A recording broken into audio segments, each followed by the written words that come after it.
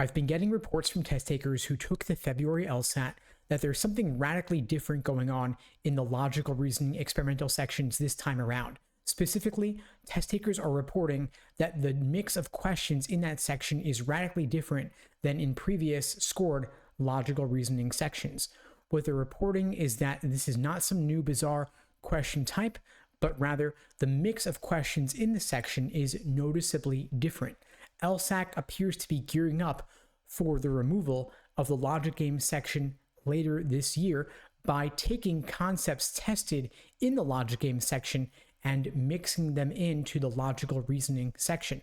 So rather than your typical mix of questions where you have mostly informal logic questions like necessary assumption, strengthen, weaken, flaw, and so on, instead we're seeing a lot more formal logic style questions involving conditional reasoning, where diagramming is going to be useful, as well as more questions involving numbers versus percentages and absolute versus relative. So in other words, LSAC is involving more mathematical style reasoning, integrating it into the logical reasoning section. Again, they're doing this because with the removal of the logic game section later this year, after the June LSAT, LSAC wants to balance out the LSAT going forward by incorporating more of those concepts into other sections of the exam, primarily logical reasoning. So this means for those of you taking the LSAT later this year, beginning with the August LSAT, you're going to want to spend more time on these types of logical reasoning questions than you otherwise would have. Traditionally, sufficient assumption and parallel have only been a relatively small percentage of the logical reasoning section, and inference questions involving formal logic have also been a relatively low percentage of the logical reasoning section, even more so the case for questions involving numbers and percentages. Maybe you'd have 1, max 2 per section, and that would be it.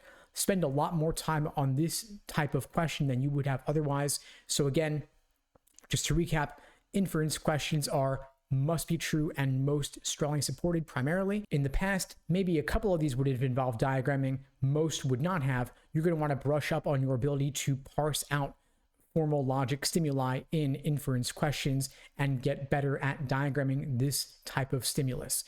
For sufficient assumption questions, these of course involve more diagramming as well than other question types. Get ready to tackle more of these. And parallel reasoning questions, where all 5 choices are on the same topic, oftentimes diagramming will play a larger role in these types of questions as well. Now, numbers versus percentages, a lot of you may not be clear on this since it comes up so rarely.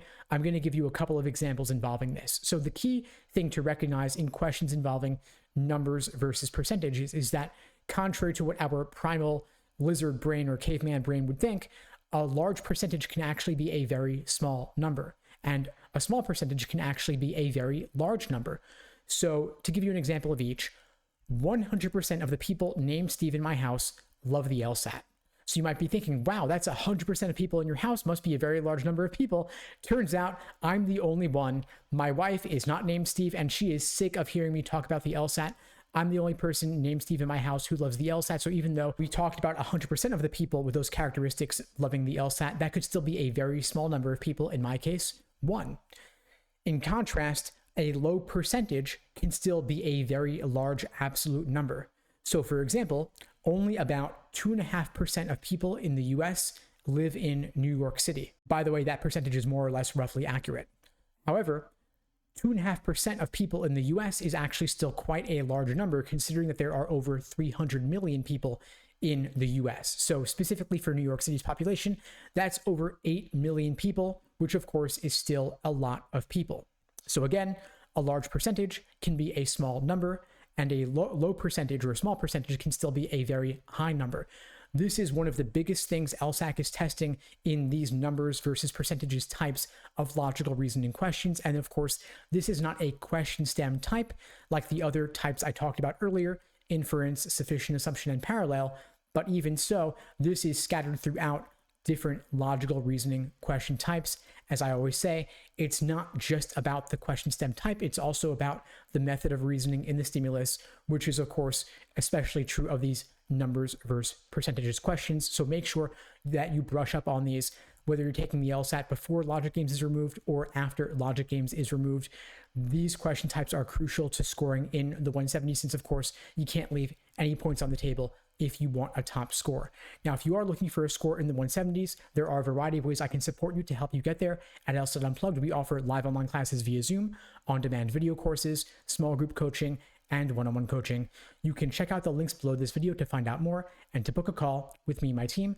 We'd be glad to help you out. And in the meantime, I'll wish you all the best and take care.